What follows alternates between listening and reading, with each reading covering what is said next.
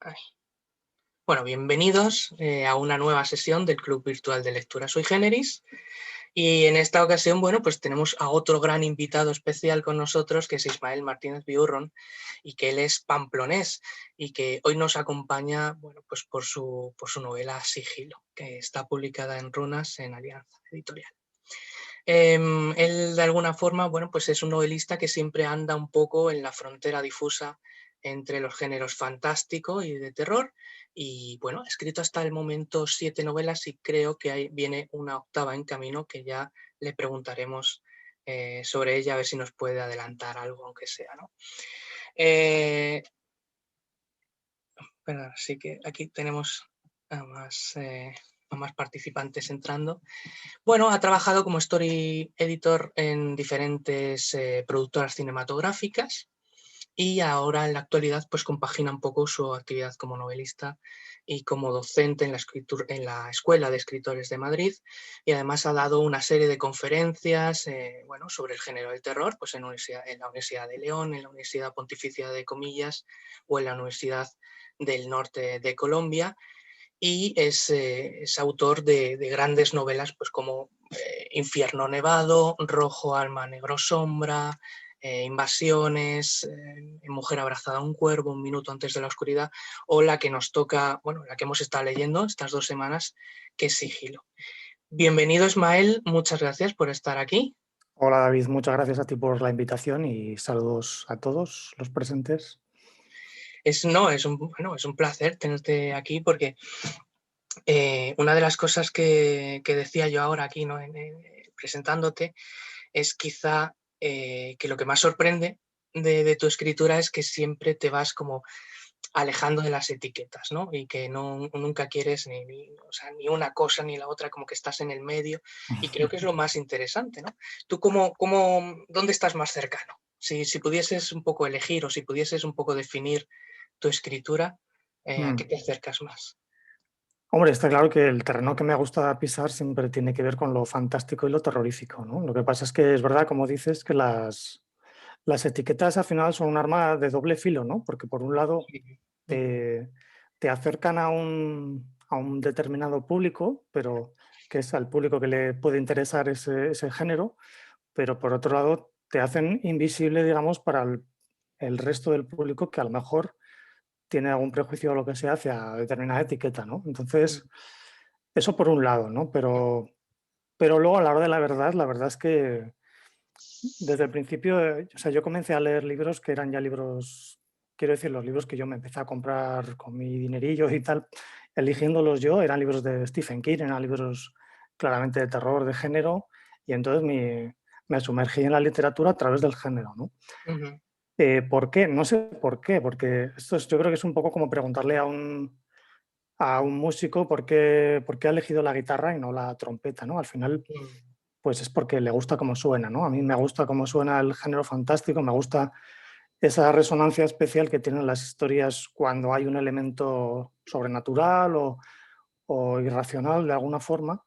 Me gusta cómo transforma a los personajes y cómo suscita cierto tipo de reflexiones y tal, ¿no? Y miedos, ¿no? Entonces, no sé cuál es la razón por la que yo personalmente siento atracción por el género, pero siempre ha sido así, ¿no? Y creo que es en la hibridación, ¿no? En los límites, o más bien en olvidarse de las etiquetas, donde se encuentra, por lo menos para mí personalmente, el tipo de ficción más fértil o más interesante o más Mm. sugerente, ¿no? Pero en el fondo siempre hay como una parte de inquietud, ¿no? Que creo que es o de incertidumbre, que siempre gobierna más, ¿no? Tus textos, podríamos decir, ¿o no? Sí, no, está claro que hay una emoción, si hay una emoción predominante en mis historias, es cierto que es como el desasosiego, ¿no? La Mm. cierta sensación de amenaza o de ominosidad o algo así, ¿no? Sí. Siempre hay algún elemento siniestro. Y no lo sé, yo creo que es que lo que supongo que lo que me atrae del género es que creo que esto lo decía Clive Barker, que el género de terror lo que es el que mejor sirve para explorar las ansiedades humanas, ¿no? Ujú. Y, y yo creo que es así, ¿no? A través de la metáfora, a través de la presentación de un monstruo, de fantasmas o de lo que sea, en el fondo de lo que está explorando son los miedos, las ansiedades que tenemos todos más o menos ocultas en esa habitación cerrada, ¿no? Del fondo de la cabeza. Sí, y fíjate que a lo mejor tiene que ver con esto que has dicho de las palabras de Clive Barker, pero dentro de estos géneros en los que te mueves, ¿cómo debería ser para ti ese tipo de literatura? ¿O qué debería aportar, no? ¿Qué debería plantear el género hoy, ¿no? El género terror o el género fantástico. Pues es complicado. Es que realmente mi problema con esto, con esta pregunta es que Mm. no tengo claro que el autor deba planteárselo así, ¿no? De qué voy a aportar yo a la sociedad y tal. Creo que si empiezas ya a priori con esa autoexigencia, es muy difícil que te salga algo que valga la pena, ¿no? Sí, Eh, entonces, ¿qué se le puede exigir a cada género? O, en el fondo, yo creo que independientemente de los géneros, lo que es exigible para cualquier autor es que sea honesto, ¿no? Que hable de las cosas que a él le inquietan, ¿no? En el caso del terror, pues que hable de las cosas que le producen ansiedad o que le inquietan o que le dan miedo, o precisamente las cosas de las que no querría nunca hablar es de las que tiene que hablar un autor de terror. Entonces es un proceso muy personal. Lo que no quita para que el terror refleje también lo que sucede en la sociedad. De hecho, sí, inevitablemente lo hace porque cuando alguien escribe con honestidad y traslada al papel sus propias ansiedades, a fin de cuentas mis ansiedades son las ansiedades de un tío que vive en Madrid en el año 2021, ¿no? Entonces se corresponden con las ansiedades del momento obligatoriamente. Incluso si yo hiciera una historia que transcurriera en el siglo XXIII o en el medioevo, en el fondo lo haría desde mi punto de vista de un tío de Madrid del 2021, ¿no? Entonces, no creo que haya que exigirle más, no sé cómo decirlo, un compromiso social mayor que ese a un autor, ¿no? Que esa ujú, honestidad. ya. Sí, no, no, y la verdad es que quizá chirría muchas veces cuando leemos algo que el propio autor a lo mejor no está del todo, no sé si de acuerdo, pero que a lo mejor no entra en sus gustos y que lo escribe un poco forzado, ¿no? Y creo que eso Mm. a veces se nota, ¿no? Que creo que es lo que... Bueno, también es cierto que hay géneros, y aquí vosotros seguro que habéis hablado de géneros como las distopías, la ciencia ficción, que son mucho más especulativos y que Mm, trabajan con sociedades hipotéticas, y entonces ahí como que tienes que hacer un ejercicio mucho más racional de plasmar tus, no sé, diría incluso tu ideología o sí, lo que tú consideras que está bien o que está mal de la sociedad en la ciencia ficción. Seguramente se ve de una forma más transparente que en el terror, que a fin de cuentas todo viene, pues eso, con esta metáfora y esta idea sacada del fondo casi del inconsciente, ¿no? Yo creo que el género terror conecta muy directamente con las cosas que están en el claro. inconsciente, ¿no? Mm, Entonces, no es tan fácil manipular eso, no es tan fácil hacer una historia de terror eficaz, potente, si la manipulas mucho para conseguir determinado efecto sofisticado, porque entonces de alguna forma habrás roto esa conexión como con los instintos, con lo que decía Stephen King, los caimanes estos que viven debajo de la trampilla que todos tenemos en la cabeza, ¿no? sí. Que esos caimanes que representan nuestros instintos más salvajes, más antisociales y peligrosos, y que todos los tenemos, y de vez en cuando hay que abrir la trampilla y echarles algo de carnaza para que no salgan, ¿no? A buscarnos. Sí, sí, sí. Fíjate, mira, un tema que creo que, bueno, no sé tú qué piensas, pero un tema que quizás siempre parece que está como muy presente en tus novelas es un poco, o al que le das mucha importancia, son las tragedias familiares, ¿no? Y esos secretos, esos fantasmas del pasado, o, o bueno, lo que esas relaciones que parece que no se conocen ni siquiera entre sí. Y que es como lo que hemos estado leyendo en sigilo, ¿no? Esa familia rota, ¿no? Desde el núcleo. ¿Qué es lo que más te atrae quizá de este tema? ¿O qué es lo que tú le encuentras, no sé, como la chispa que te produce? Bueno, lo que pasa es que o sea, realmente el escenario del hogar, la casa familiar, Mm, es un escenario arquetípico del género de terror, Mm, desde siempre, ¿no? Desde, casi te dirías, de los castillos de la novela gótica, ¿no? Ahora sí, ya convertido en el hogar burgués y todo esto, pero en el fondo sigue siendo el núcleo familiar sobre todo, ¿no? Y yo creo que tiene sentido porque dentro hablando de lo que decíamos antes de las ansiedades, ¿no? mm, Y de las emociones más reprimidas y más intensas, en el lugar donde se producen con mayor intensidad es en el hogar, ¿no? Donde están las relaciones entre padres e hijos, entre hermanos, entre pareja. Ahí eso es un caldo de cultivo para todo tipo de conflictos, secretos, traiciones. Y esto, lo que te decía antes de las puertas cerradas, donde se guarda lo que no se puede nombrar, ¿no? Pero al mismo mm, tiempo es muy familiar, que a fin de cuentas esta es la definición de Freud de lo siniestro, era un poco, tenía esa doble interpretación de familiar y al mismo tiempo oculto, ¿no? mm, Más bien las cosas que tendrían que haber permanecido ocultas, pero que han sido expuestas, ¿no? De los secretos más cercanos. Y a mí vamos, en esto no soy nada original. Yo creo que cualquiera que trabaje el género de terror inevitablemente acaba entrando en el escenario del hogar, ¿no? Porque ahí es sí, de la donde familia. sucede todo esto. Sí, fíjate que yo sí que le veo quizá, o sea, cuando dices que no encuentras, o sea, o crees que no hay originalidad, yo creo que sí. Por ejemplo, en Sigilo, sobre todo lo que al final a lo que hemos asistido es al desvelar un secreto que llevaba mucho tiempo, no sé si olvidado o en silencio, y creo que quizá más allá de que el género de terror se mueve mucho, ¿no? Dentro de lo que tú decías esto, ¿no? De que se mueve mucho dentro del hogar. No sé, creo que en Sigilo, que esa forma de plantear cómo los secretos al final terminan volviendo, pues me parece bastante acertada, ¿no? Es, ¿No? es, una, es un concepto totalmente gótico, ¿no? La Sí, idea de que los pecados se heredan de padres a hijos, ajá, claro. que alguien llamaba como la vestigialidad gótica o algo por el Mm, estilo, y que bueno, es eso, que de hecho incluso creo que hay incluso una base genética, la epigenética habla de cómo un trauma que ha experimentado una persona puede ujú. heredarlo genéticamente sus hijos, ¿no? Ah, Cosa bueno, que me pareció alucinante, ¿no? Porque es como confirmar científicamente lo que el gótico siempre ha estado explorando, ¿no? sí.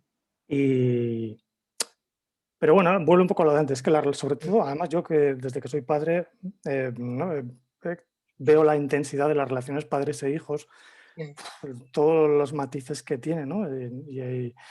Y cómo, en fin, cómo resulta muy transformador para alguien el ser padre o sobre todo la idea de que cuando eres padre te ves en el papel de protector de tus hijos, ¿no? Con lo cual ujú, también como autor de terror, la idea de proteger a alguien que es vulnerable o que está expuesto, pues es muy, muy atractiva y muy, y muy rica, ¿no? ujú. Igual que son los niños, son eh, la gente más desprotegida, en fin. Sí, Pero, pero sí, sí, o sea, creo que todo esto se encuentra claramente relacionado con las relaciones familiares. mm, Esto no, ya te digo que no es nuevo porque Shakespeare sí, era la herramienta que utilizaba para dar más, como un nuevo nivel de dramatismo a todas sus historias, era establecer vínculos familiares entre los personajes, ¿no? ujú. Sí, sí, claro, y los enredos, ¿no? Y a partir de ahí formar todo, ¿no? Toda la No es lo maraña. mismo que el rey sea un rey a que el rey sea tu padre o que el Claro, aspirante sea tu hermano, etcétera, ¿no? sí, sí, sí. Y fíjate, hablando un poquito también que tiene que ver con esto, a mí perdón, una de las cosas que me llama mucho es el inicio, ¿no? Que tú a veces le das a tus novelas. Y, por ejemplo, en otra novela tuya, en Rojo Alma, Negro Sombra, con ese inicio de un niño que sale huyendo en la nieve mancha de sangre, ¿no? Igual que lo podemos asimilar un poco como el inicio en Sigilo, con ese lodo, esa tierra cayendo, que no sabemos muy bien dónde nos ubicamos. Yo no sé hasta qué punto la importancia, ¿no? Que tú le das desde la concepción de la novela o de la idea, en el inicio. Si es algo que ya lo tenías tú planteado, que empezase así, o es algo que después le das tú una vuelta. Mm. No, hombre, normalmente no es lo primero que escribo. Mm, Lógicamente, cuando llega a determinado momento de la novela veo que eso podría encajar como... Yo creo que iba a llamarlo teaser, ¿no? Porque yo sí, creo que tiene mucho del lenguaje cinematográfico. mm, Esto que hago yo lo hace muchísima gente ahora, pero yo pienso, estoy casi seguro de que antes de que hace 30 años no se hacía en la literatura, ¿no? Yo creo que proviene de esta idea de comenzar una película con una escenita, sí, un atisbo un poco que es como un anticipo de lo que va a ser luego el gran núcleo dramático de la historia, que tú no lo vas a entender, de hecho seguramente lo vas a olvidar, ¿no? Y sé qué pasa con mis libros, que a las pocas páginas el lector ha olvidado o cree que ha olvidado esa imagen extraña del comienzo, ¿no? Que ujú, luego cuando vuelve a aparecer, pues entonces parece que cierra o encuentra un sentido. El propósito de estos atisbos es básicamente marcar el tono, ¿no? Yo creo ujú. que, que es eso, es como anticiparle hasta dónde va a llegar el grado de caos o de oscuridad de la novela en una pincelada, ¿no? Sí, sí, sí. No, y que además, bueno, lo sueltas al lector ahí en medio, ¿no? Y que él solo tiene que... Bueno, tú dices que a lo mejor no se acuerda. Yo cuando leí por primera vez Sigilo estaba todo el rato, estaba todo el rato hasta que llegué, digamos, a la parte en la que todo lo conectas, dándole vueltas a esa primera escena, porque a mí siempre me pareció como muy, ¿no? Muy brutal, ¿no? Muy visual quizá, ¿no?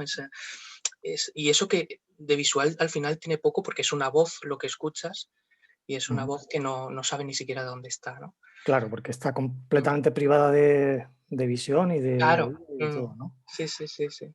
A mí la verdad es que es esos inicios a mí me gustan mucho y, y claro, yo no sé, quizá lo que sí me interesa que a lo mejor que nos expliques, ¿no? Es, si tú, si es como una marca, quizá una marca tuya, ¿no? Que quieres, si estás a lo mejor siempre pensando, quizás, dices que no es lo primero que escribes, ¿no? Mm. Evidentemente, pero estás pensando como en una escena que pueda ser impactante cuando te enfrentas ahora, por ejemplo, que estás preparando una nueva novela que a lo mejor Mm. ya la tienes formada, estás pensando durante su producción cuál sería la escena perfecta del Mm. inicio. No, no, porque tiene que salir, ¿no? No, o sea, pensarla antes de escribirla no. Mm. No, Creo que como no. algunos autores, ¿no? Que a lo Sí, sí, mejor sí, sí. como que le dan mucha importancia al final o a un... Bueno, claro, realmente el principio y el final Sí, es la madre del cordero, ¿no? mm, De todo tipo de historias. sí, Es importante, claro, porque el principio vamos, tienes que engancharle al lector, que es lo más claro, difícil. Tienes que efectivamente. prometerle algo interesante. Mm, Y el final es lo que le va a dejar la sensación de que ha valido la pena o no ha valido la pena la lectura. Entonces también es muy crítico. Y la verdad es que antes de que lo preguntaras, no me había parado a pensar que yo lo he hecho, creo que en todas mis novelas sí, hay un pequeño arranque así, ¿no? mm, Que creo que no es, por ejemplo, así, sin pensar mucho, me estoy acordando de Misery de Stephen King, ujú, que empieza también con unos párrafos que son el personaje de Paul, el escritor, bajo los efectos de la droga para el dolor y tal, con lo sí, cual deduzco que es como un anticipo de lo que sucede cuando ya está sí, cuando atado y todo mm, eso. O sea que es una cosa relativamente común, pero es verdad que yo lo hago, lo hago siempre, sí, sí, sí. sí, sí. No Pero sé, que no, vamos. tendría que buscar otras formas de empezar, un poco más. No, no, no, para nada. Yo creo que es, vamos, yo creo que es muy acertada, ¿no? Creo que, ya te digo, esa sensación de soltar al lector ahí en Pero medio. también no te digo que en cierto grado pueda provenir de la inseguridad, ¿no? De tener el primer Ujú, capítulo. De claro. hecho, sí, estoy pensando en concreto en Rojo Alma, Negro Sombra. Mm, Tener el primer capítulo, como ya todo, de hecho, toda la novela ya como súper clarísima, y de repente tener ese vértigo de, uff, pero esta primera página, ¿no? Este sí, capítulo que empieza de una forma tan pausada, como que empezar pausadamente una novela de suspense parece pecado mortal, ¿no? ya, claro. Te pide que metas primero un chispazo de algo, yo creo. Sí, sí, Mm. sí, sí. No, está muy bien. Bueno, y quiero aprovechar también, porque hace relativamente poco, corrígeme si me equivoco, que Alma Negro Sombra ha tenido reedición, ¿no? En Amazon, ¿puede ser? Sí, bueno, las tres novelas, tres de mis primeras novelas, que son Rojo Alma, Negro Sombra, Mujer abrazada de un cuervo y El Ujú, escondite de Grisa, logré recuperarlas porque estaban por ahí Sí. dispersadas en editoriales más o menos extintas Mm, y ahora las he puesto directamente a disposición en Amazon, ujú. muy baratitas, simplemente en ebook, porque más que nada porque me apetecía que estuvieran disponibles, ¿no? Sí, claro. Porque en las librerías es casi imposible encontrarlas y porque son novelas de las que estoy muy orgulloso, ¿no? Me da mucha pena que no tuvieran un poquito más de vida, aunque fuera a través de la Ya. lectura digital. Sí, sí, de hecho, bueno, aquí que somos, no sé si mayoría, pero sí que somos grandes eh, lectores, todos los que estamos aquí, lectores de digital, aunque lo compaginamos evidentemente con lo físico, pero sí, creo que es una muy buena opción. No sé si quizás bueno, puedo aprovechar para preguntarte si cómo ves el mundo digital a través de Amazon, ¿no? O cómo un autor ve esto como una puerta más allá de las editoriales. Mm. No, todavía no te puedo hacer un balance Mm, de nada. O sea, yo lo que tiene una herramienta como Amazon para mí es el alcance, ¿no? El alcance mundial y a un golpe de clic, eso es imbatible, ¿no? Bueno, eh, podría yo hacerme mi propia página web y demás. De todas mm, formas, comprendo perfectamente lo que provoca Amazon, ¿no? Porque como ese gran monstruo empresarial que está perjudicando en cierta forma a las librerías y demás. claro. Mm, Entonces, por eso digo que Amazon un poco como el alcohol, ¿no? Hay que usarlo con moderación mm, y para cosas puntuales, ¿no? ujú. Pero no creo que sea, no me veo escribiendo para Amazon, por ejemplo, Ya. una novela nueva, creo que, bueno, nunca se puede decir jamás, ¿no? Realmente, Mm, pero en principio no me lo planteo, ¿no? Yo me planteo sacar mis novelas siempre a través de sellos, tradicionales, digamos, ¿no? claro. Mm, Y excepcionalmente para situaciones como las que han mm. sucedido, pues Amazon es un recurso más. Sí, sí, sí, ¿no? Y además que es una, bueno, yo creo que tiene, tiene esa parte buena de retomar, pues, un libro que a lo mejor se encontraba, no sé si descatalogado, pero sí que se encontraba, era difícil de encontrar. Y a través de esto creo que es una maravilla. Así que sí, adelante. Mm. Mm. Quizás siguiendo un poquito con un poco con lo que estábamos hablando, yo recuerdo a nuestros lectores que pregunten, que no Por entréis, o favor. sea, no seáis tímidos. Preguntad a Ismael. Em, Sí, yo te quería preguntar un poquito, aunque antes nos has contado un poco, sí quería que nos contases un poquito cómo fueron esos primeros años antes de lanzarte a la escritura, em, porque tú eres un escritor que tiene muchísimo bagaje como lector, que lo has contado quizá en algunas, en otras entrevistas, ¿no? Y que has leído mucho. Y creo que es interesante que nos cuentes lo primero de literatura un poco general, Mm. qué es lo que te influyó y dentro de literatura de género, qué es lo que te influyó Mm. directamente para el terror o para lo fantástico. Mm. Bueno, no sé lo que habré dicho en otras entrevistas, pero desde luego no puedo alardear de haber leído muchísimo, en absoluto, ¿eh? No, yo tengo mis lecturas como cualquiera. Pero, de hecho, empecé a leer tarde relativamente. Ya te digo que yo prácticamente hasta que con 12 o 13 años comencé a leer Stephen King, no Ujú, había leído prácticamente nada. Lo que había por mi casa eran los Cinco, los Hollister y cosas así, mm, ¿no? mm, Y lo que sí es cierto es que después del empacho correspondiente de Stephen King y toda la gente alrededor de Stephen King de los años 80, ¿no? De Clive sí, Barker, de Dean Koontz, de Peter Straub, mm, pues sí que es cierto que, bueno, Lovecraft, por supuesto, ¿no? De hecho, mm, recuerdo la conversación de los libreros que tenía debajo de mi casa, donde yo compraba mis libros. mm, Una librería muy pequeñita y había dos hermanos y cuando ahí me compré el primer libro de Stephen King y vieron que me había gustado mucho y me mm. buscaron otras alternativas y comentaron y discutieron entre ellos. ¿Es muy joven para leer a Lovecraft? ¿Qué crees? Yo creo que no y tal. Y al final llegaron a la conclusión de que no y entonces me compré un libro de Lovecraft y así conocí a Lovecraft que me fascinó, claro. Mm. Habría que ver Bueno, cuál eso es la digamos que después de... habría que ver cuál es Dime. la edad para exacta para leer a Sí, Lovecraft, sí, ¿no? realmente no lo sé. No sé.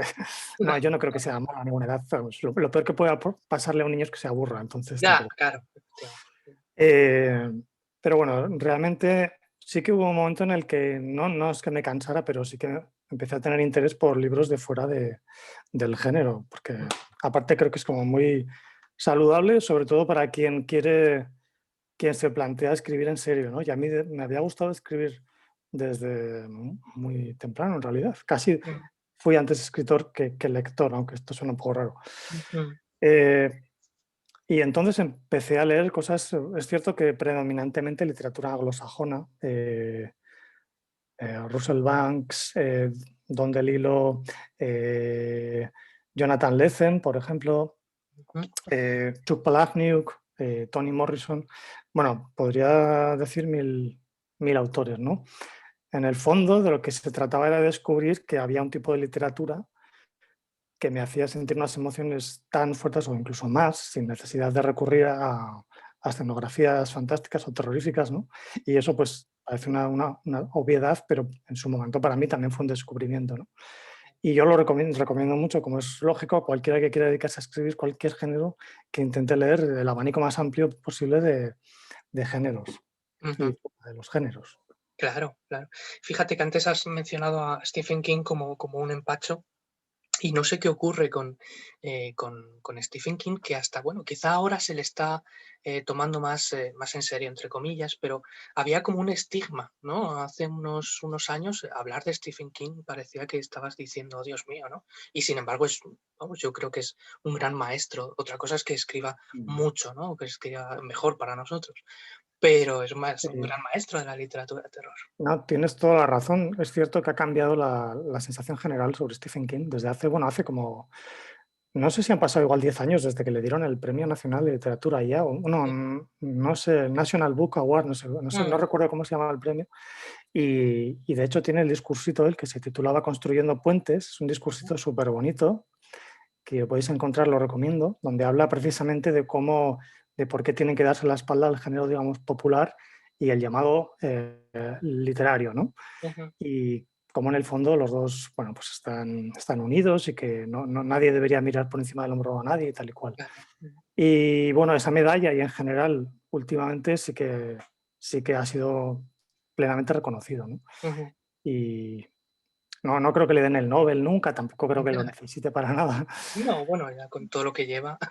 Ya, por eso, no, para Mm, nada. Y bueno, sí que es cierto que es un autor que escribe tantísimo que, mm, pues inevitablemente hay obras que son irrelevantes o que son más flojas que otras, pero y yo no le puedo seguir el ritmo. Yo realmente ya, dejé de leerle, o sea, últimamente he leído alguna cosa suya que no me ha gustado mucho. claro.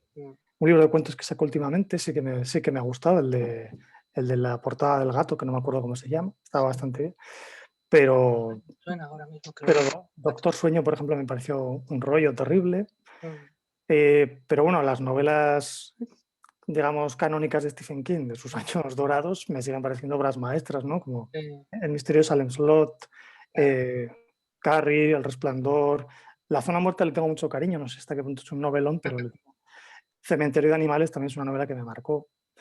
Mira, por aquí te pregunta Mariola, ¿cuál es tu novela favorita de Stephen King? Mm, Pues es difícil. O sea, recuerdo que el Cementerio de Animales me pegó muy fuerte en su momento. Mm, Y lo que pasa es que también, es que podría decir lo mismo también de la que en su momento se llamaba La Danza de la Muerte, que luego era Apocalipsis, mm, o también la de It. It, claro, es como la gran novela de Stephen King. mm, Todas me han impactado, ¿no? Igual siempre las primeras que lee uno parece que le dejan más huella, ¿no? Y ahí estaba sí, Christine, por ejemplo, que es una novela de las menos reconocidas, a mí me gustó muchísimo, ¿no? sí, sí, sí. Bueno, yo recuerdo sobre todo, recuerdo aquella película de John Carpenter, creo. Claro, claro, muy Sí, buena. quizás sí, es como Claro, es que estamos hablando de los años 80, que sí, realmente fue donde se construyó mi cabeza a la hora del tipo de ficciones que me gustaban. Y mm, en los años 80 pues estaba el cine de terror, que yo me lo zampaba, porque mi gran afición era el terror, el cine de terror.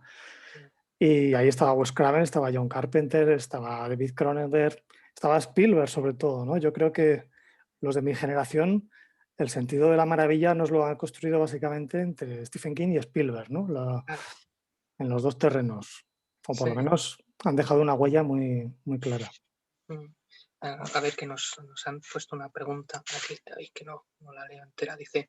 Nos dice Pablo, dice, he notado una alta dosis de realidad en la novela, ya que describes ambientes y lugares con una minuciosidad pasmosa.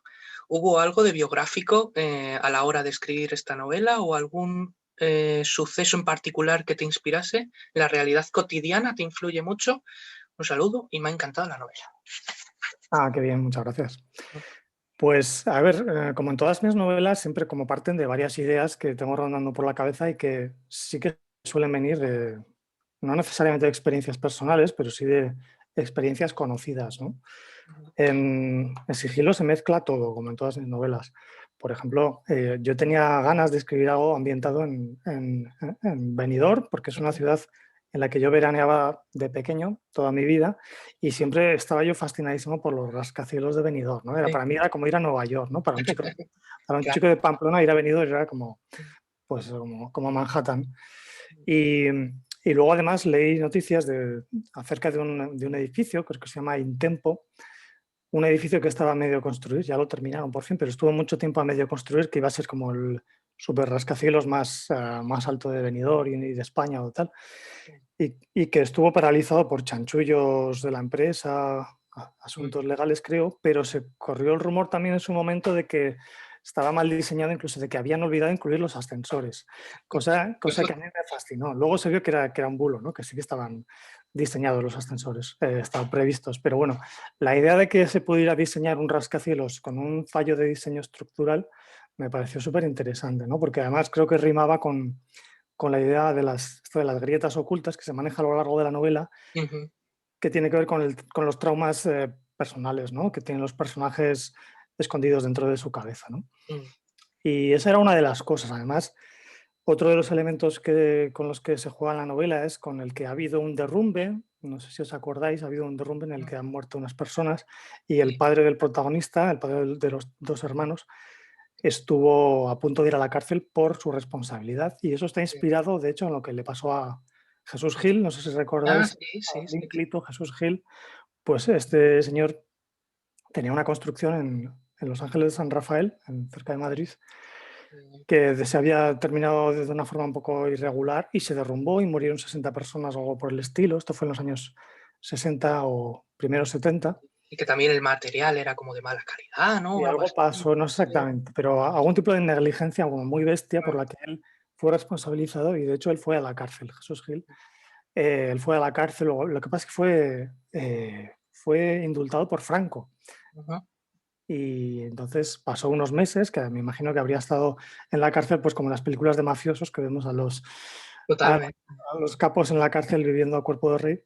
Mm, Bueno, el caso es que esta historia la tenía yo en la cabeza, ¿no? Y la idea de que alguien se ha involucrado en una construcción que se ha venido abajo, ha habido muertos y en el fondo ha sido un accidente, pero como has firmado el papel de los planos o del contratista o de lo que sea, eres responsable y vas a ir a la cárcel, ¿no?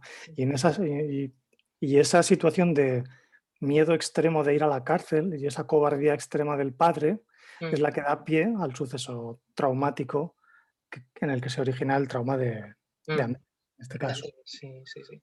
Bueno, que de hecho, mm, bueno, yo preguntaba un poquito, ¿no? En el foro, digo, ¿quién es más monstruo, ¿no? Copel, em, este ser que es un auténtico monstruo, pederasta además, o el padre, ¿no? Por Ujú. Claro, consentir, por callar, ¿no? claro. Hombre, está claro que el gran culpable de la novela es el padre, ¿no? Por eso Mm, es el que vaga en forma de fantasma por ahí, como si buscara el perdón de alguna forma, ¿no? Coppel es un personaje que además el nombre lo he copiado o lo he inspirado claramente en el personaje de Coppelius, del hombre de arena de Hoffman, ajá, que es un personaje que visitaba al padre del protagonista en el cuento. Es un personaje misterioso que no se sabe quién es y por las noches viene a casa y el niño los espía por a través de la puerta y tal y hacen cosas extrañas, no se sabe muy bien qué es. Y entonces esta idea del personaje diabólico que corrompe al padre lo he mm, trasladado también a mi novela con Coppelius, mm, que luego es un personaje que también evoluciona. De hecho, en la novela, en toda la parte central o final de la novela, el avatar que tiene Coppel es el de líder de esta secta contactista, que en este caso está inspirado también en algo real, que es El Marshall Applewhite, creo que se llamaba, era el líder del Sí, el Heaven's del Gate, Heaven's Gate, ¿no? que por Sí, una secta de estas contactistas que se suicidaron todos en el 97, creo, en Estados Unidos, y que la idea era que se iban a suicidar cuando pasaba un cometa por aquí, sí. porque se supone que en la estela del cometa iba una nave espacial y entonces ellos iban a dar el salto y tal y cual. Y los vídeos que tiene este señor en YouTube todavía colgados son realmente espeluznantes, porque ves Sí, los ojos que tiene de iluminado, ¿no? Literalmente, y es fascinante, ¿no? Entonces, pues esta es otra de las referencias que yo incorporé a Coppel, que es claramente, quizás sea de hecho mi personaje más claramente diabólico de casi todas mis novelas. sí, sí, sí, no, no, totalmente. Em, Mira, nos pregunta Ana Margarita, dice, ¿crees en lo sobrenatural? Por ejemplo, una persona como Magali, y dice que también le encantó la novela. Pues es una pregunta muy interesante porque está el debate de si para escribir literatura sobrenatural hay que creer o no hay que creer, o si es importante. De hecho, se supone que el origen de la literatura fantástica surge precisamente a raíz de la ilustración, precisamente a raíz del pensamiento científico, y cuando se termina la creencia surge la literatura, por decirlo así, ¿no? Sí, Sin embargo, yo no creo que sea totalmente incompatible. De hecho, por ejemplo, William Friedkin, el autor del Exorcista, sí. él cree, es que es plenamente creyente en que el exorcismo puede ser real. Mm, Y sin embargo es una gran película, es un novelón. mm, Entonces, bueno, yo eso por un lado. Yo personalmente no creo en lo sobrenatural, al menos en el sentido literario en el que aparece en mis novelas, ¿no? ujú, Eh, no soy completamente agnóstico 100%, podría abrirme a conceptos un poco más allá de lo que vemos, pero no soy creyente en el sentido tan literal de apariciones fantasmales o de demonios y demás, ¿no? El ujú, personaje de Magali es como realmente es la columna principal de la novela. mm, Me surgió porque tenía el entorno familiar, tenía hasta en mi cabeza, digo, tenía el personaje de la madre, una persona mayor ya que vive sola y que necesita ayuda, entonces pensé quién le podía ayudar y por mi entorno, que conozco a dominicanas que hacen o cuidando a niños o atendiendo a mayores, es un trabajo habitual, pues pensé que podía ser dominicana, ¿no? Además, ujú, y claro, a ver, yo como autor de terror tampoco me puedo cerrar los ojos ante el hecho de que en la isla de República Dominicana y Haití, que como sabéis comparten la misma isla y sí, algo de cultura, pues hay una religión que se llama, o una religión entre comillas, que es el vudú, ¿no? Eh, y entonces lo examiné porque tampoco quería, digamos, hacer nada que pudiera ser ofensivo o herético. mm, Entonces, bueno, aquí en Madrid hay una comunidad dominicana muy grande en el barrio de Tetuán. Entonces estuve por allí y visité, había ahí varias santerías. Las santerías sí, en realidad son tiendas muy populares, no tienen, realmente tienen muy poco de místico, ¿no? sí, Son muy amables, muy de entrar y comprar cualquier amuleto, cualquier postal, cualquier cosa. mm, Son muy amistosas, ¿no? Digamos, no encierran nada ominoso ni nada temible. Y de hecho estuve hablando con una mujer que me dijo que ya era mambo también, que hacía sus rituales y sus cosas con su comunidad, y le conté que estaba pensando escribir algo sobre esto, y me dio mucha tranquilidad porque ella me dijo que me tomara todas las licencias del mundo, me invitó bueno, me explicó cuatro cosas, pero en realidad dijo que, a ver, el vudú no es una religión con una ortodoxia, ¿no? No hay una ujú, iglesia del vudú, ujú, sino que yo creo que es una religión muy basada en el ritual que cada sacerdote, cada mambo, lo que sea, hace en un momento dado, en una comunidad, y creo que dentro de eso, tampoco soy especialista ni mucho menos, hay una gran flexibilidad, ¿no? bueno, y muy popular, ¿no? También muy Sí, del exacto. pueblo.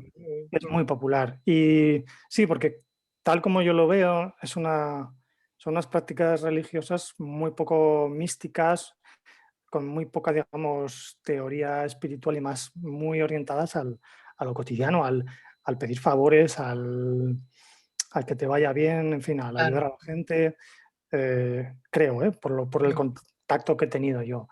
Entonces, bueno, mi novela tampoco es que profundice mucho en el vudú realmente, ¿no? Yo con toda mi cara me he apropiado, digamos, de la idea de los Loas y en concreto del Loa del el barón Samedi, Ujú. que bueno, se puede ver que el barón Samedi es una figura que ha sido utilizada por el heavy metal, por todo tipo de ficción, por todo tipo de subcultura pop con total libertad y además creo que eso es bonito, ¿no? Está bien. Mm. Y yo también, ¿no? Entonces yo esta es mi pequeña aportación, mi pequeña versión del barón Samedi, que es como la entidad, el dios que gestiona el tránsito entre los vivos y los muertos, ¿no? Algo así. El que negocia, ¿no? Que también es, al mismo tiempo, es un dios muy apegado a lo sensual, a los goces del alcohol, del tabaco, del sexo, etcétera, ¿no? Sí. Ujú. Y bueno, yo creo que es la primera vez que introduzco algo así, pero en el fondo ya digo, es lo mismo, es similar a lo que hace William Friedkin con El Exorcista, ¿no? Ujú. Se da una situación sobrenatural en la que los personajes no encuentran otro tipo de ayuda que recurrir a un chamán, a un medium o a un sacerdote que sea, que tenga la autoridad, que tenga el conocimiento ritualístico adecuado para enfrentarse contra esta amenaza en concreto. Claro.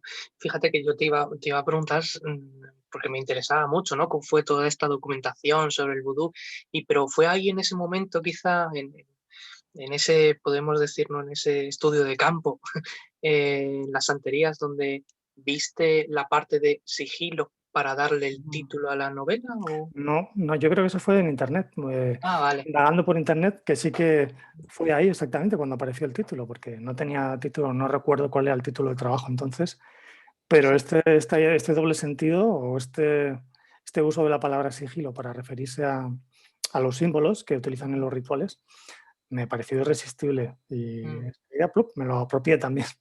Sí, sí, sí, no, no, joder, y le da además esa visión y esa, bueno, esa redondez, ¿no? Al final a la De novela. hecho, sigilo tiene una tercera interpretación también que es como sello, ¿no? Sello en el sentido de algo que Mm. tapa, ¿no?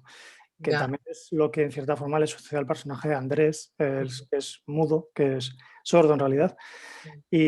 y tiene ese trauma sellado dentro del fondo de su Claro. cabeza, ¿no? Ujú. Fíjate que sí. Además, bueno, una de las cosas que comentábamos en los foros es, ¿se puede ser más desgraciado que Andrés?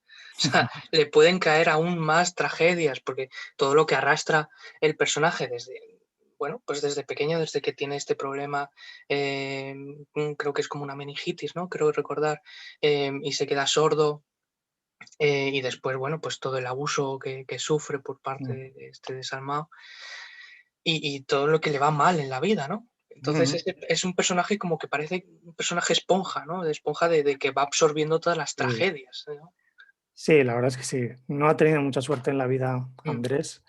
Eh, es cierto, desde el momento lo planteé así como un personaje en el que el destino le tenía reservadas todas las cartas equivocadas, ¿no?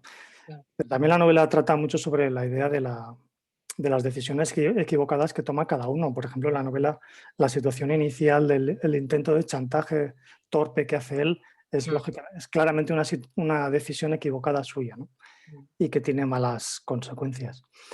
Porque yo creo que al final la vida es eso, ¿no? La vida es la suma de la mala suerte o la buena suerte y las decisiones acertadas o equivocadas que tomamos, ¿no? Y en esa suma, aceptar esa suma, digamos que es nuestro trabajo, ¿no? Nuestra Ujú. responsabilidad. Sí.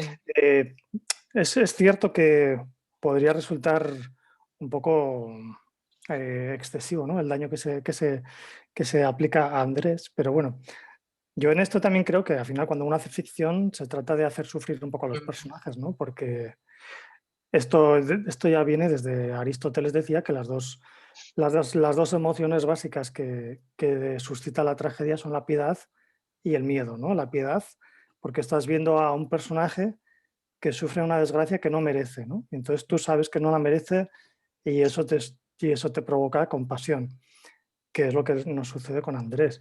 Y el miedo surge cuando tú te das cuenta que a ti también te podría pasar lo mismo que le está pasando al personaje, ¿no? Sí, no, totalmente. Entonces sí, la verdad es que me ensaño un poco con el pobre Andrés, pero bueno, Mm. trato de equilibrarlo con el Sí. resto de historias. De hecho, nos dice Mariola, dice, es terrible cuando el hermano le dice al padre que eligió al mudo para sacrificarse. o sacrificarle, vamos. Claro, sí, sí. Eso realmente es seguramente una de las frases Mm, más duras de la novela en ese sentido, ¿no? La decisión del padre ahí, ya lo he comentado, ¿no? El verdadero mal, o sea, el gran horror de la novela está en esa decisión que tomó el padre por pura cobardía para no ir a la cárcel, ¿no? claro, sí, sí.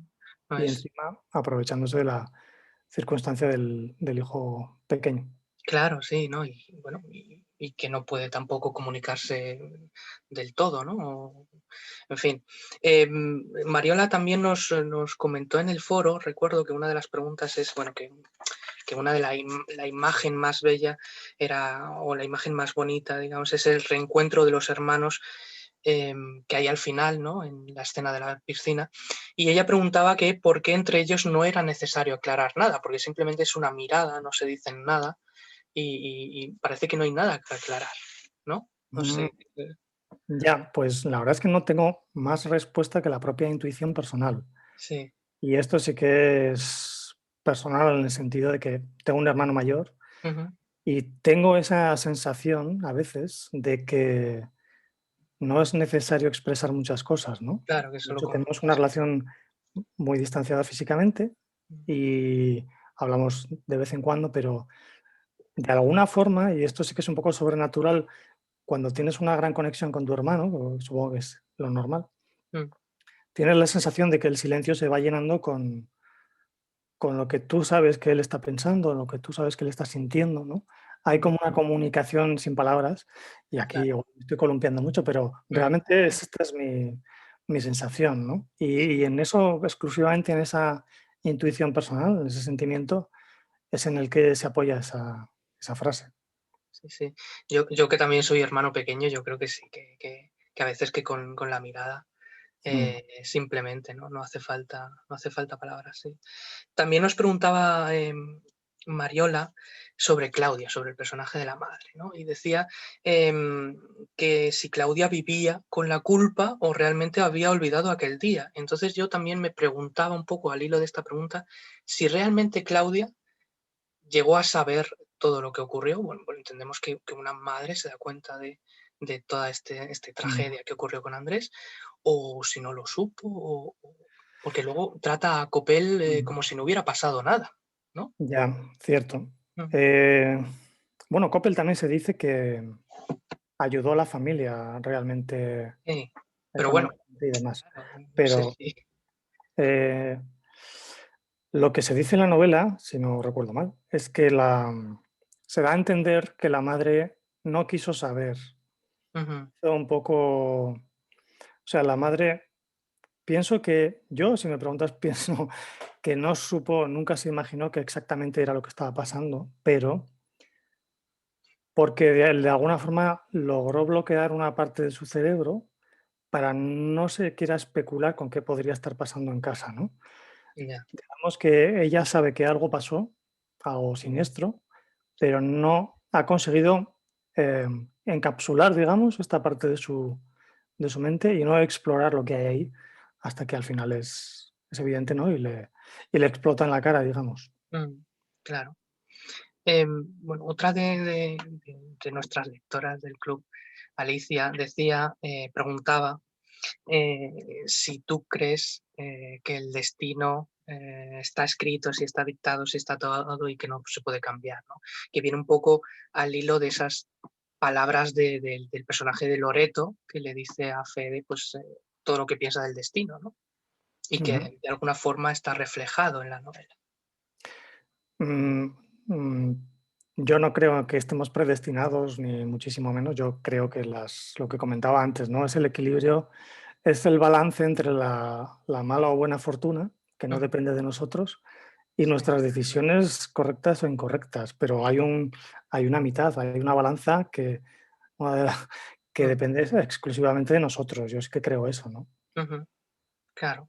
Alguna vez he comentado que una posible referencia a la novela podía estar en la idea de magia, porque sí que es cierto que cuando estuve documentándome sobre el vudú y el tipo de efecto que podía tener un ritual para conseguir que alguien viva o muera, si eso tiene sentido o no, cuáles son los límites un poco de lo que se puede hacer mediante la magia. Ahí me encontré con el concepto de magia que tenía Aleister Crowley, que era en realidad simbólico, ¿no? No es una magia real, pero es esta idea de la magia sería precisamente el encontrar el poder a través de un acto de máxima voluntad, encontrar el poder para transformar nuestro destino, ¿no? Ujú, Como para vencerle la mano, digamos, a lo que tenemos predestinado, ¿no?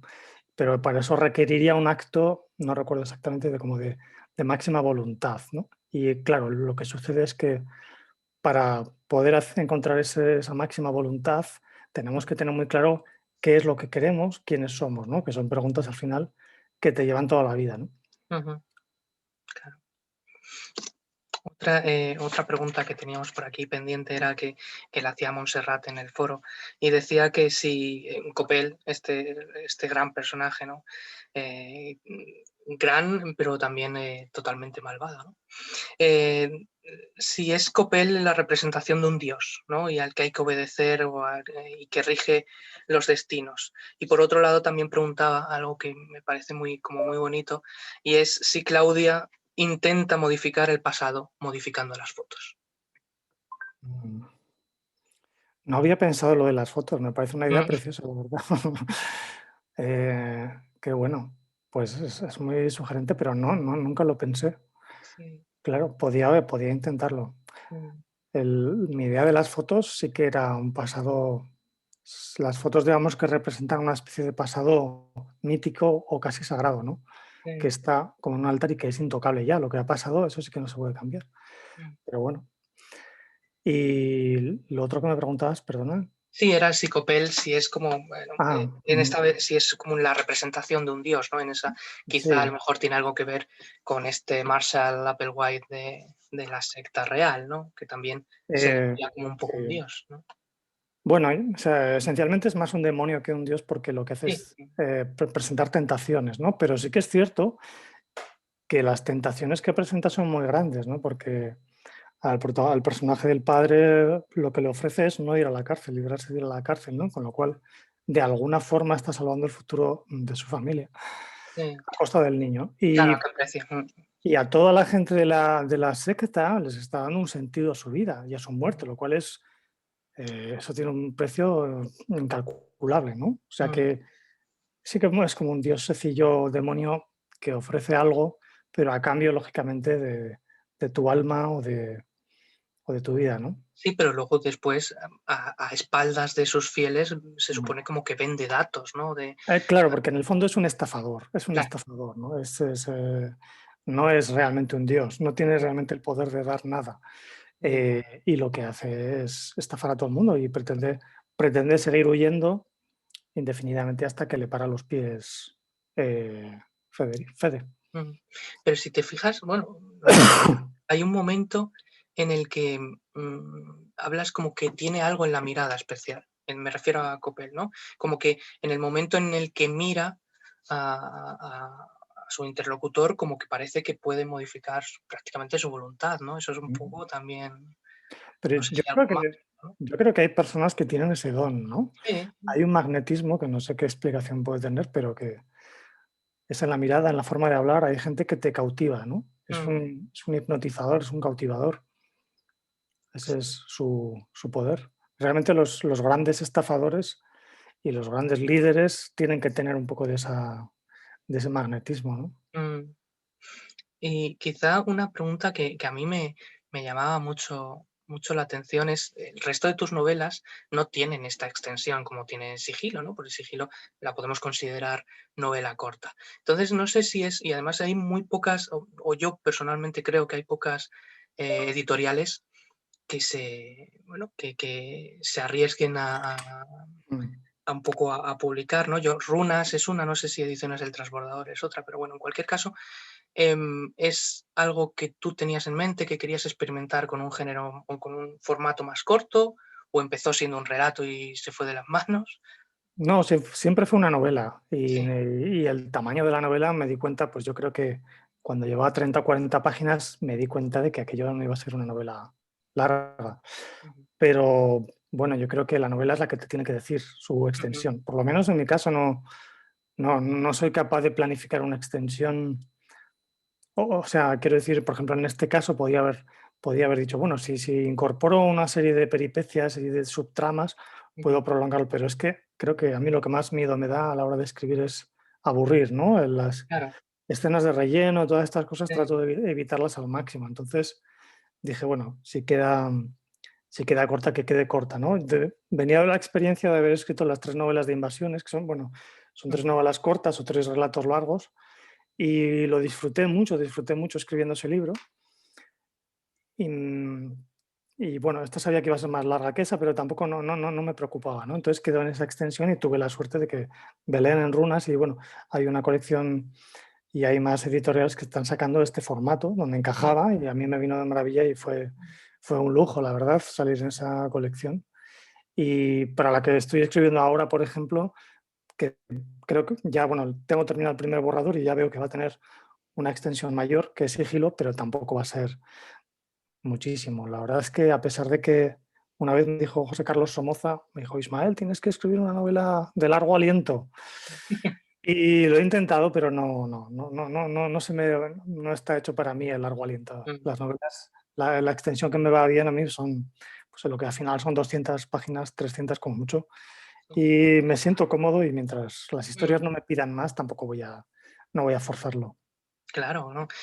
Pero fíjate, sí, ahora sí es verdad que hay muchas, no muchas, pero bueno, hay editoriales que sí están, em, como tú decías, que están apostando por novela corta, pero antes no era lo, no sé, o es mi impresión quizá, que no era lo normal, ¿no? Quizá la Es novela corta se cierto, quedaba un poco cierto. en otro ámbito. Mm, No, en general siempre parece que si tú vas con un tocho de 500 claro, páginas, tienes más facilidad para encontrar, no sé por qué, porque yo como lector tampoco, de vez en cuando leo tochos así, pero en general no me entusiasma la idea, ¿no? Prefiero novelas que sean un poquito más manejables. sí, sí, a mí también me pasa. Pues no sé si tenéis más preguntas para Ismael. Yo os animo mucho a que aprovechéis este momentito, estos momentos para preguntarle.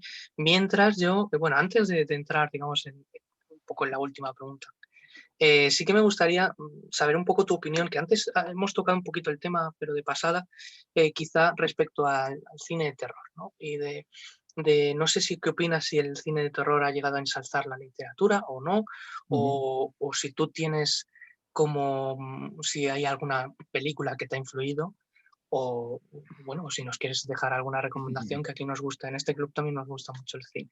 Sí, no, ya te digo que yo soy muy cinéfilo y de género, sobre todo.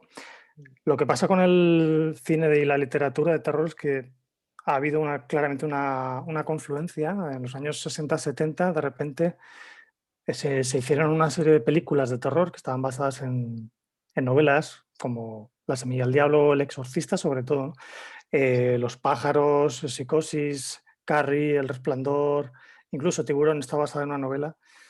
mm, Entonces, como que la industria del cine buscó en la literatura material, ¿no? Y mm, luego se ha producido como un viaje de vuelta, ¿no? En el sentido de que esas películas han influido a escritores, ¿no? Y mm, los que escribimos ahora ya estamos también influenciados por ese tipo de narrativa, con esas construcciones por escenas, a lo mejor determinado ritmo, los atisbos de los que hablábamos antes. Entonces hay como una sinergia ahí entre los dos mundos que yo creo que es muy positiva, ¿no? mm. Stephen King es como el autor más característico en el que todas sus novelas se han hecho películas Sí. y queda muy claro cómo están unidas las dos cosas. Eh, ya te digo, todas las películas que yo veía en los años 80 pues me marcaron en su momento, ¿no? Ahí Ujú, están todas las de Wes Craven, Las pesadillas, las de John Carpenter, La cosa, bueno, en fin. Pero mm, sí que es cierto que también, bueno, al igual que con los libros, pues vas ampliando un poco el género, el abanico de otro tipo de lecturas que no sean estrictamente tal. Lo que esto que ahora se llama el terror elevado, pero que en realidad se ha hecho desde siempre, hay una serie de mm, películas que de repente como que tienen dan un paso más en cómo están construidas, en cómo se toman en serio a los personajes, la dirección, todo el acabado es mejor, tiene más profundidad, digamos que son más adultas de alguna forma, como bueno, la misma película El Exorcista ya lo era, ¿no? Pero mm. Estoy pensando tipo El silencio de los corderos o El sexto sentido o La escalera de Jacob, Mm, que son películas que a mí sí, no sé si me marcaron, pero sí que con las que sintonicé muchísimo en el tipo de terror o de thriller fantástico que me gustaba hacer, ¿no? ujú. Y de las últimas que pueda recomendar, eh, bueno, últimas, a ver, de los que yo considero ya clásicos contemporáneos estaría Babadook, It Follows, Ujú. em, y más recientemente His House en Netflix, me ha gustado Ah, muchísimo. sí. Sí, sí, hemos hablado de ella también Mm. en el club, creo que en algún momento. Porque sí, ¿no? Es esta que son dos, como un matrimonio senegalés, ¿no? Puede ser que llega a Londres, ¿no? ¿Es esta? Ujú. Sí. Sí, sí, sí, no sé si son de Sudán o de qué Sí, país, bueno, pero sí. tienen una travesía en la que pierde una niña y todo esto. Sí, sí, sí, sí. Entonces creo que funciona muy bien, además con este doble nivel es muy explícita en este sentido, pero creo que lo hace con elegancia Ujú, de que está el trauma personal de la pareja y de lo que pasó y cómo ese trauma metafóricamente se convierte en las apariciones de la casa, ¿no? ujú, Y cómo está llevado con muchísima elegancia y con unos diálogos muy buenos. La verdad es que me parece de lo mejorcito que hay ujú. Sí, sí. últimamente. Yo de hecho recuerdo de esa película como una escena en la cocina en la que se va alejando la Claro. cámara, está Sí, muy sí, chulo. sí, sí. Pues bueno, pues solo nos queda como, digamos, un par de preguntillas. Yo sí que a lo mejor es como una pregunta muy manida, ¿no? Y que, digamos, bueno, mira, nos dice Pablo, dice, ¿nos puedes decir qué estás leyendo ahora mismo? Pues ahora mismo es que tengo tantas cosas en marcha que tampoco sé lo que te podría recomendar. A ver, ahora mismo estoy leyendo Ah, bueno. el manual de escritura que ha sacado, bueno, manual de escritura entre comillas, un libro muy personal de Chuck Palahniuk. Bueno, está en inglés, está sin traducir. También me he puesto con este, pero Dave Eggers, ¿Qué es el qué?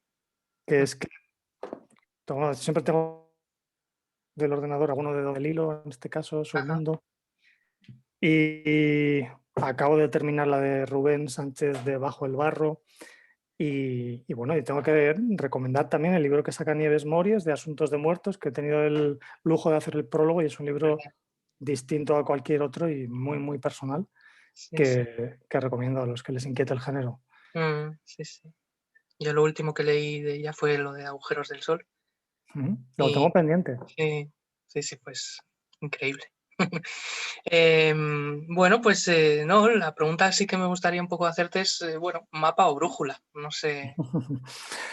Yo soy totalmente de brújula. Sí, Sí, mis mapas son apenas unos rayotes en los que pongo, bueno, el capítulo tal, bueno, ni siquiera pongo capítulo, pongo eh, la escena de no sé qué, la escena de no sé qué y la escena de no sé cuántos. Y ujú, básicamente con esos faros o con esas guías es con las que ya voy construyendo, voy rellenando los huecos y funciona así, ¿no? mm, Y eso que sé que no es un método que a todo el mundo le sirve, ¿no? Además, como profesor de escritura veo que hay gente que necesita tener un esquema elaborado o relativamente preciso de los sí, pasos que van a ujú, tener la historia. claro. Yo no he trabajado así nunca, pero entiendo que hay gente a la que le Mm, funciona también. sí. Bueno, y ya para ir terminando, si nos puedes adelantar un poquito de esta novela, lo que se pueda, lo que se pueda. No, realmente Sí. no puedo adelantar mucho porque O no quiero, básicamente. claro. Pero, No, o si sí, no, pero bueno, a es ver, va a capaz de ser un poco, terror no va a ser un cambio de registro absoluto. Sí que incluye elementos más personales de mi biografía, digamos, ujú, pero no va a dejar de haber un elemento fantástico integrado y quizás va a ser menos terrorífica que otras, ujú. pero bueno, yo creo que esa atmósfera de desasosiego de la que hablábamos antes va a seguir ahí presente seguro. Pero no tienes, todavía fecha, ¿no?, de publicación y No tengo nada todavía, no estoy vale, trabajando en ella. Además, prefiero no saber ni dónde ni cuándo va a salir. ujú. Todavía estoy Bueno, centrado en la creación. ujú. No, pues estaremos entonces pendientes, ¿no? Porque yo Sí. creo que has picado el gusanillo de con esta novela que hemos leído en el club, creo que a algunos lectores, una de las cosas que destacaban era pues eso, tu forma de escritura, ¿no? De cómo empleas las palabras, por así decirlo, ¿no? Y Qué creo que eso bien. les ha picado el gusanillo, así que yo vuelvo a Ah, recordar. Sí, no, perdona. no, no, no, que me alegro mucho, que no me puede gustar más lo que estás diciendo. Sí, Que me digan eso los lectores es justo el objetivo, así que sí. seguiremos en ello. Yo recuerdo que, bueno, pues que aprovechen que están estas novelas que comentábamos en Amazon, en ebook, que merecen la pena. Que merecen la pena volver y tenerlas, ¿no? Ahí que estaban un poco olvidadas. Olvidadas entre comillas, ¿no? No, no, totalmente. Sí. Así que sí, estaban. Me dijiste que es Rojo, Alma, Negro, Sombra, Mujer abrazada a un cuervo Y El escondite de Grisa. y El escondite de Gris. Sí. Bueno, pues bueno, poco más. Si algún lector se anima, yo creo que ha sido un placer, Ismael. No, el placer Nos, es mío. nos Es ha gustado mucho una la gozada. conversación y nos lo hemos pasado muy bien. Y creo que nos has desvelado varias cosas respecto a la novela que creo que, bueno, que sobre todo que la hemos disfrutado en el club, que eso es, creo que es lo más importante. Qué bien, pues sí, ese es el objetivo principal. Así Mm. que, aunque es una novela cortita y al menos aquí hemos desentrañado algún misterio, ¿no? Sí, Alguna... sí, sí, sí. Yo no sé, yo por ejemplo, mi personaje preferido es Magali. Yo me quedo con Magali. No Sí, sé el si. mío también, lo Ah, reconozco. bueno. Sí, sí, sí, sí, sí. Completamente. Mira, nos dice Pablo que qué maravilla, da gusto con vosotros, entiendo que con nosotros. Lo Así que, mismo bueno, digo. gracias, sí. Pues muchísimas gracias, Ismael. Nada, gracias a ti y a todos vosotros. Muchísimas gracias a todos los que nos habéis acompañado en la charla. Dice Ana Margarita que le ha encantado la charla y que te seguirá leyendo. Así que ya tienes ahí otra lectora más. Qué bien. Eva dice muchas gracias a los dos, me gusta muchísimo, así que encantados. Y nada, y a vosotros, a los lectores, pues nada, recordaros que ya la semana que viene empezamos otra novela, en este caso Verano de Miedo de Carlos Molinero. Y nada, y nos seguimos leyendo por el club. Muchas gracias, nos dice por el espacio, dice Delfina, ha sido genial escucharles. Así que nada, muchísimas gracias, Ismael. Gracias a Un todos placer. vosotros. Un abrazo. Chao, hasta luego.